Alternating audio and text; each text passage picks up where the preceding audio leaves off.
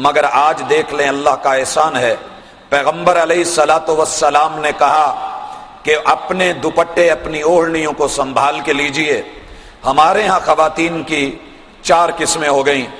پہلی قسم، خواتین نے دوپٹہ لینا گوارا ہی نہیں کیا، ضرورت کو محسوس ہی نہیں کیا، سفر ہو یا حضر ہو، گھر ہو یا باہر ہو، خوشی ہو یا غمی ہو، شادی ہو یا کوئی پارٹی ہو، ان کے ہاں دوپٹہ نظر نہیں آتا، اور اگر کبھی حسن اتفاق ہو بھی تو وہ لپیٹا ہوا، سمیٹا ہوا، تہ لگایا ہوا وہ پرس کی نظر یا ایک ہاتھ کی زینت ہوتا ہے۔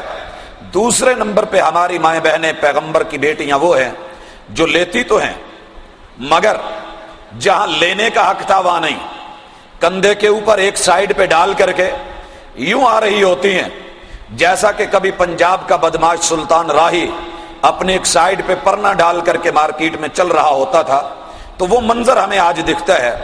تیسرے نمبر پہ جو سر پہ رکھتی ہیں، رکھنے والی وہ اتنا باریک ہوتا ہے کہ لیے ہوئے میں اور نہ لیے ہوئے میں کوئی فرق نظر نہیں آتا۔ کاسیات عاریات، محبوب علیہ الصلوۃ والسلام نے کہا تھا اللہ رب العزت نے لعنتیں برسائی ہے ایسی خاتون کے اوپر کہ جو پہننے والی بھی ہے لیکن ننگی بھی ہے، لوگوں کی نظروں میں اور اپنے خیال میں لباس پہن کے آئی ہے لیکن وہ ننگی ہے۔ اور چوتھی قسم کہ جو لے رہی ہیں ان کا ڈیزائن یہ ہے، کسی مجلس میں ہوں، کسی سفر میں ہوں، حضر میں ہوں، کسی بھی مقام پہ ہوں، پبلک پوائنٹ پہ ہوں، سر پہ ایک مرتبہ لیں گی، پھر جھٹکا دے کے اس کو اتاریں گی، پھر اس کو سر پہ لیں گی، پھر جھٹکا دیں گے، اتاریں گے۔ تو یہ کھیل، یہ سلسلہ، یہ لوگوں کی توجہ کو اپنی طرف مبذول کرانا، کہنے والے نے کیا خوبصورت کہا تھا، سنبھلتا نہیں جن سے سر کا دوپٹہ، سنبھلتا نہیں جن سے سر کا دوپٹہ سنبھالیں گی کیا وہ کلیجہ کسی کا۔ آج ایک دوپٹہ نہیں سنبھل رہا، کل ایک فیملی سنبھالنی ہے، ایک خاندان سنبھالنا ہے، ایک قبیلہ اور ایک قوم کو سنبھالنا ہے، ایک نئی نسل اور ایک نئی جیل کو سنبھالنا ہے، تو یہ کیسے سنبھال پائے گی؟ ہمارا معاشرہ جو ہے کچھ ایسی عکاسی کر رہا ہے۔ اور بھائیو، پیغمبر نے کہا تھا اس چیز کے اندر ہم مرد بھی شریک، عورتیں بھی شریک۔ یہ دن ہمیں کیوں دیکھنا پڑا؟ دنیا نے سب سے پہلے جس بند کو توڑا وہ بند حیا کا بند تھا، وہ رکاوٹ حیا کی رکاوٹ تھی۔ پیغمبر علیہ الصلوۃ والسلام نے کہا تھا لوگو اذا ذهب الحیا، حیا کو رخصت نہ ہونے دینا، حیا کو سنبھال کے رکھنا، حیا کو اپنے کنٹرول میں رکھنا۔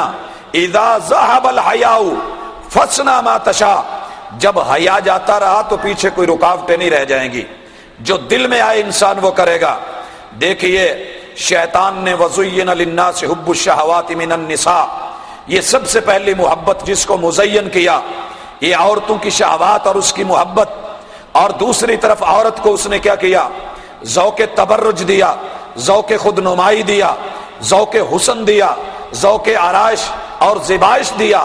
اس کو گھنٹوں جو ہے کہاں بٹھایا؟ آئینے کے سامنے، آئینے کے سامنے بٹھا کر کے اس کو بنا سنوار کر کے بیوٹی پارلروں میں لے آ کر کے ایک شاپنگ کرنے کے لیے بازار میں جانا ہے، اتنا لمبا چوڑا وقت لگا کر کے پھر بازار میں لاتا ہے، اور ادھر حاجی صاحب کاؤنٹر پہ بیٹھے ہوتے ہیں اور ان کا جو ہے نیچے سے ٹھوڑی کو ہلا کے کہتا ہے حضرت اب بھی نہ دیکھو تو آپ کی بدبختی ہے، یہ دیکھنے کی چیز ہے، اسے بار بار دیکھ۔ اور پھر دیکھنے والا اسے بہت دور تک دیکھتا جاتا ہے، کون ہے؟ حوا کی بیٹی ہے، کون ہے؟ محمد صلی اللہ علیہ وسلم کی بیٹی ہے، کون ہے؟ مسلمانوں کی عورت ہے، کون ہے؟ یہ کسی مسلمان کی ماں ہے، کون ہے؟ کسی مسلمان کی بہن ہے، کون ہے؟ کسی مسلمان کی بیوی ہے اور کسی مسلمان کی بہو ہے۔ اللہ اکبر!